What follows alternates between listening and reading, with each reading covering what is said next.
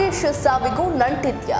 ನಿನ್ನೆ ತನಕ ಆರೋಗ್ಯವಾಗಿ ಗಟ್ಟಿಮುಟ್ಟಾಗಿದ್ದ ಯುವ ನಟ ರಾಕೇಶ್ ಪೂಜಾರಿ ಕಾಂತಾರ 2 ಸಿನಿಮಾದ ಶೂಟಿಂಗ್ ಮುಗಿಸಿ ಖಾಸಗಿ ಕಾರ್ಯಕ್ರಮದಲ್ಲಿ ಹೃದಯಾಘಾತದಿಂದ ಸಾವನ್ನಪ್ಪಿದ್ದಾರೆ.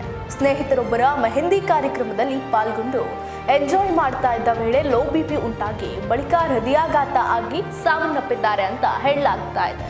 ಆದರೆ ಕಾಂತಾರ ಶೂಟಿಂಗ್ ಮುಗಿಸಿ ಬಳಿಕ ಅದೇ ದಿನದಂದು ಸಾವನ್ನಪ್ಪಿರೋದು ಹಲವು ಚರ್ಚೆಗಳಿಗೆ ಕಾರಣವಾಗಿದೆ. ಸಿನಿಮಾ ಈಗಾಗಲೇ ಬಹಳಷ್ಟು ಪ್ರಸಿದ್ಧಿಯನ್ನ ಪಡೆದಂತಹ ಸಿನಿಮಾ. ಸುಮಾರು 16 ಕೋಟಿ ರೂಪಾಯಿ ಬಜೆಟ್ ಸಿನಿಮಾ ಇದು. ಬರೋಬ್ಬರಿ 400 ಕೋಟಿಗೂ ಅಧಿಕ ಕಲೆಕ್ಷನ್ ಮಾಡಿ ದಾಖಲೆಯನ್ನ ನಿರ್ಮಾಣ ಮಾಡಿತ್ತು. ಇದೀಗ ಈ ಸಿನಿಮಾದ ಮೊದಲ ಭಾಗ ನಿರ್ಮಾಣಗೊಳ್ತಾ ಇದೆ.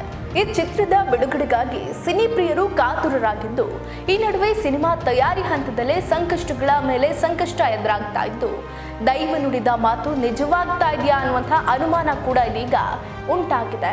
ಕಳೆದ ಕೆಲ ದಿನಗಳ ಹಿಂದೆ ಸಿನಿಮಾದ ಸೆಟ್ನಲ್ಲಿ ಜೂನಿಯರ್ ಆರ್ಟಿಸ್ಟ್ ನಿಧನ ಹೊಂದಿದ್ರು. ಕಪಿಲ್ ಎಂಬ ಕಲಾವಿದ ಮೂಲತಃ ಕೇರಳ ಮೂಲದವನಾಗಿದ್ದು, ಶೂಟಿಂಗ್ ಮುಗಿಸಿದ ಬಳಿಕ ಜೂನಿಯರ್ ಆರ್ಟಿಸ್ಟ್ ಕೊಲ್ಲೂರಿನ ಸೌಪರ್ಣಿಕಾ ನದಿಯಲ್ಲಿ ತಮ್ಮ ತಂಡದವರ ಜೊತೆ ಈಜೋದಕ್ಕೆ ಹೋಗಿದ್ರು.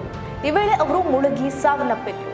ಈ ಹಿಂದೆ ಕಾಡಿನಲ್ಲಿ ಚಿತ್ರೀಕರಣ ಮಾಡ್ತಾ ಇದ್ದ ವೇಳೆ ಅರಣ್ಯದ ನಿಯಮ ಉಲ್ಲಂಘನೆ ಮಾಡಿರುವ ಆರೋಪ ಕೂಡ ಕೇಳಿ ಬಂದಿತ್ತು. ಬಳಿಕ ಜೋರಾದ ಮಳೆಗೆ ಬೃಹತ್ ಸೆಟ್ ಹಾರಿ ಹೋಗಿತ್ತು. ಚಿತ್ರತಂಡವು ಪ್ಲಾನ್ ಮಾಡಿದ ಪ್ರಕಾರ ಶೂಟಿಂಗ್ ಸ್ಪಾಟ್ಗೆ ಸುಮಾರು 20ಕ್ಕೂ ಅಧಿಕ ಜೂನಿಯರ್ ಆರ್ಟಿಸ್ಟ್ಗಳನ್ನ ಮಿನಿ ಬಸ್ನಲ್ಲಿ ಕರೆದೊಯ್ತಾ ಇದ್ದಂತ ಕೊಲ್ಲೂರಿನ ಬಳಿ ಇರುವಂತಹ ಜಡ್ಕಲ್ ಸಮೀಪ ಈ ಮಿನಿ ಬಸ್ ಪಲ್ಟಿ ಕೂಡ ಆಗಿತ್ತು. ಜೂನಿಯರ್ ಆರ್ಟಿಸ್ಟ್ಗಳಿಗೆ ಗಂಭೀರ ಗಾಯಗಳು ಕೂಡ ಆಗಿತ್ತು. ಇಂಥ ಘಟನೆ ಬೆನ್ನಲ್ಲೇ ಶೂಟಿಂಗ್ ಮುಗಿಸಿ ಹೊರಟ ಜೂನಿಯರ್ ಆರ್ಟಿಸ್ಟ್ ದಾರುಣವಾಗಿ ಸಾವನ್ನಪ್ಪಿದ್ರೆ, ನಿನ್ನೆ ಅದೇ ಚಿತ್ರದ ಶೂಟಿಂಗ್ ಮುಗಿಸಿ ಬಂದ ಗಟ್ಟಿಮುಟ್ಟಾಗಿದ್ದ ಯಾವುದೇ ದುರಭ್ಯಾಸವಿಲ್ಲದ ನಗುಮುಖದ ಕಲಾವಿದ ರಾಕೇಶ್ ಪೂಜಾರಿ ಹೃದಯಾಘಾತದಿಂದ ಸಾವನ್ನಪ್ಪಿದ್ದಾರೆ. ಇತ್ತೀಚೆಗಷ್ಟೇ ಕಾಂತಾರ 1 ಚಿತ್ರಕ್ಕೆ ಸಂಕಷ್ಟ ತಪ್ಪಿದ್ದಲ್ಲ ಅಂತ ದೈವ ನುಡಿದಿತ್ತು. ಧೃತಿಗೆಡಬೇಡ, ನಿನ್ನ ಸಂಸಾರ ಹಾಳು ಮಾಡೋದಕ್ಕೆ ಸಾಕಷ್ಟು ಮಂದಿ ಕಾಯ್ತಾ ಇದ್ದಾರೆ, ನಿನ್ನ ಜೊತೆಗಿದ್ದವರೇ ಕೇಡು ಬಯಸ್ತಾ ಇದ್ದಾರೆ ಅಂತ ಭವಿಷ್ಯವನ್ನ ದೈವ ನುಡಿದಿತ್ತು.